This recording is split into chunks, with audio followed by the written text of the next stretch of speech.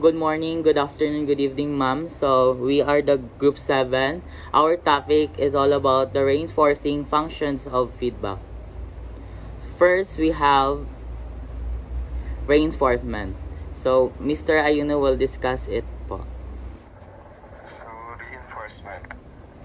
reinforcement. Any change in an organism's surroundings that occurs regularly when the organisms behave in a certain way. So, the example of reinforcement is a way to learn and remember things. So, example naman kay kanang student who repeats the box that he has studied for a test over and over. So, the next one is law of effect. Law first formulated by Thorndike stating that an organism will tend to repeat behaviors resulting in desirable consequences and avoid behaviors resulting in undesirable consequences. So, the example of law of effect of like magamit man kita to siya kanang as a future educator, like example we are the teachers. So, teachers use the law of effect when they award good grades for accurate work performed by the students. So, the students will also receive praise from the teachers or co-students and parents when they submit good work. So, next we have is positive reinforcement.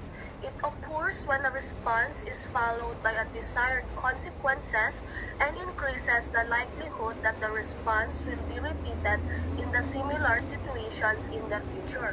So when we say positive reinforcement, it is when you get something good after doing something right, making you want to do it again.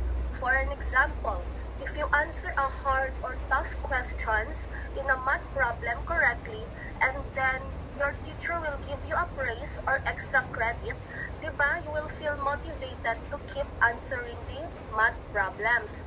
Next we have is negative reinforcement. It occurs when a response is followed by the removal of undesirable consequences previously associated with the response and increases the likelihood that the response will be repeated in the similar situation in the future. So when we say negative reinforcement, it is when something bad stops happening because you did something right, so you want to keep doing it. For an example, if you start studying regularly and then your parents stop complaining about your grades, so you keep studying to avoid the complaining. So as you observe that both positive and negative reinforcement encourage a good behavior because the positive reinforcement adds a reward and then the negative reinforcement removes something unpleasant. Next we have is the punishment. Punishment occurs when a response is followed by a desired consequences and decrease the likelihood that the response will be repeated in similar situation in the future. Okay. When we say punishment, punishment happens when an action or behavior is followed by a consequence that reduces the chances of that behavior being repeated in the future. Okay. Like for example, the child a child refuses to eat their vegetable at dinner, so ang consequence niya kaya the parent does not allow the child to have a dessert. Sandwich technique, a method of providing augmented feedback in which a negative or punishing reinforcing statement is immediately preceded and followed by a positive reinforcing statement. Ang sampulan nila is like kanang kulari sa student nagkamali siya, karani mo siya feedback na mga mali niya or negative punishing reinforcing statement, tapos pagkahuman ano po mo siya mga feedbacks po na karang positive po para chemical reinforcement.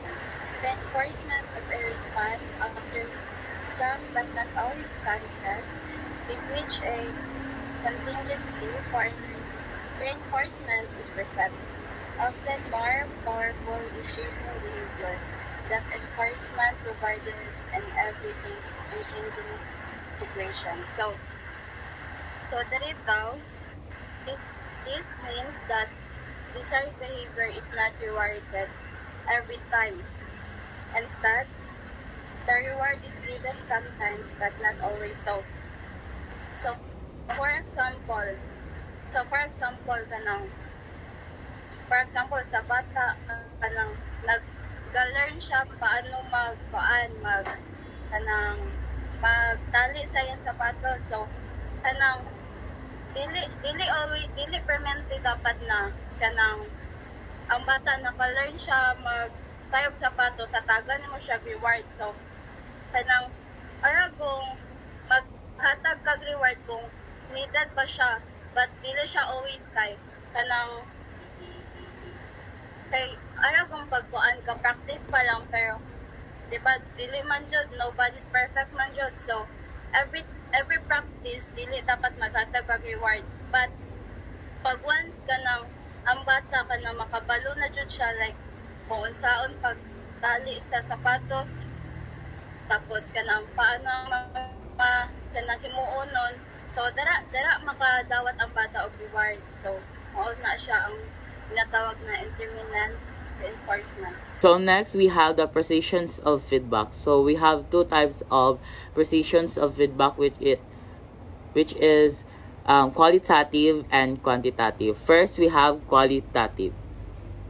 So qualitative feedback, augmented feedback that supplies informations about the directions of an error without reference to a magnitude of error. So qualitative feedback, this feedback tells us what those metrics means into a customer's voice. So